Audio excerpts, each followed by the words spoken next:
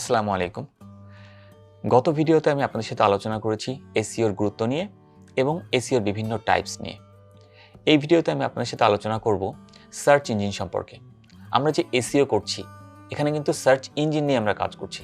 তো আমাদেরকে এসইও বুঝতে হলে সার্চ ইঞ্জিন কি এবং এটি কিভাবে কাজ করে এই বিষয়টি বুঝতে হবে। তো আমি এই ভিডিওতে চেষ্টা করছি আপনাদেরকে সার্চ ইঞ্জিন সম্পর্কে একটি বিস্তারিত ধারণা দেওয়ার জন্য।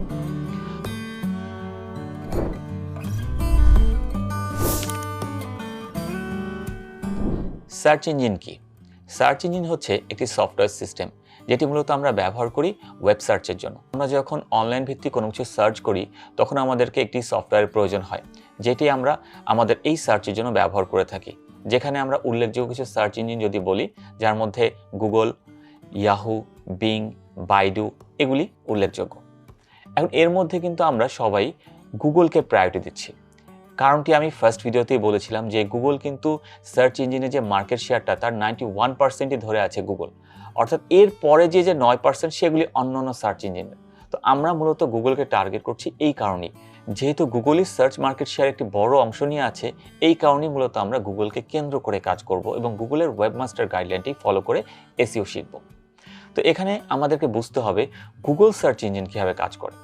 তো গুগল সার্চ ইঞ্জিন মূলত তিনটি বিষয়ের উপর ভিত্তি করে কাজ করে। ফার্স্ট ক্রলিং, সেকেন্ড ইন্ডেক্সিং এবং থার্ড র্যাঙ্কিং। তো এই ক্রলিং, ইন্ডেক্সিং এবং র্যাঙ্কিং কি? ক্রলিং হচ্ছে এই যে আমি ওয়েবসাইট তৈরি করি, এই ওয়েবসাইটগুলি গুগল কিভাবে পায়?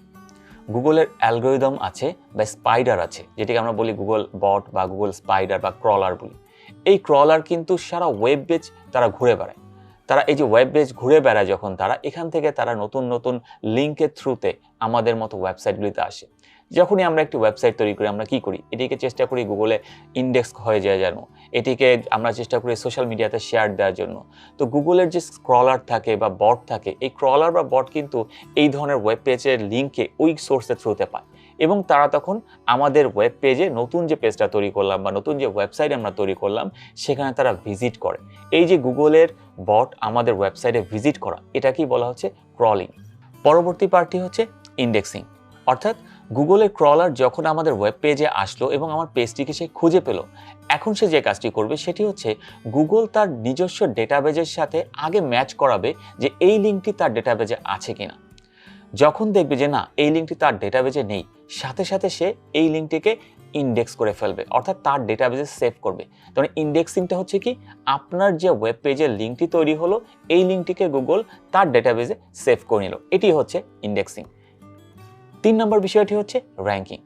এখন এই যে গুগল আপনার পেজটিকে ইন্ডেক্স করলো, ইন্ডেক্সের সময় কিন্তু সে আপনার পেজটি কি নিয়ে তৈরি, পেজের মধ্যে কি কি আছে সব কিছু সে দেখে, তাই না? তো পেজটিকে আপনি যে বিষয়ে তৈরি করেছেন, এটি যদি একটু আগে যে বললাম গুগলের গাইডলাইন, আপনি যদি সেই গাইডলাইন ফলো করে তৈরি করেন তাহলে কিন্তু আপনার ওই পেজটি নির্দিষ্ট কিছু কিওয়ার্ডসের জন্য গুগল র্যাঙ্ক দিবে। অর্থাৎ গুগলে যখন কেউ ওই নির্দিষ্ট কিওয়ার্ডসগুলি সার্চ করবে তখন কিন্তু আপনার এই পেজটির র্যাঙ্কের একটা সম্ভাবনা বেড়ে যাবে। তো এই যে বিষয়টি হচ্ছে, আসলে প্রথমে গুগল আপনার ওয়েব পেজে আসছে, আপনাকে খুঁজে পাচ্ছে, ক্রল করছে। সেকেন্ড হচ্ছে সে আপনার ওয়েবসাইটটাকে তার ডেটাবেজের সাথে ম্যাচ করছে, যদি দেখে নেই তাহলে সেটিকে ইন্ডেক্স করছে এবং দেন কি করছে, এই ওয়েব পেজটিকে কোনো নির্দিষ্ট কিওয়ার্ডসের জন্য সে যদি মনে করে দেন র্যাঙ্ক দিচ্ছে। এই 3টে প্রসেসে মূলত সার্চ ইঞ্জিনটি কাজ করে এবং এই 3টে প্রসেস আপনাকে খুব ভালো করে মনে রাখতে হবে এবং বুঝতে হবে এবং আমাদেরকে চেষ্টা করতে হবে এই 3টে প্রসেসের মধ্যে থেকেই যেন আমরা আমাদেরকে বেস্ট প্রমাণ করতে পারি, আমাদের ওয়েব পেজকে বেস্ট দেখাতে পারি। তাহলেই একমাত্র আমরা খুব দ্রুত আমাদের পেজকে গুগলের টপ পজিশনে র্যাঙ্ক করাতে পারবো। তো আশা করছি আপনারা বুঝতে পেরেছেন যে সার্চ ইঞ্জিন কি এবং সার্চ ইঞ্জিন কিভাবে কাজ করে। তো দেখা হচ্ছে আবার পরবর্তী ক্লাসে। ধন্যবাদ সবাইকে।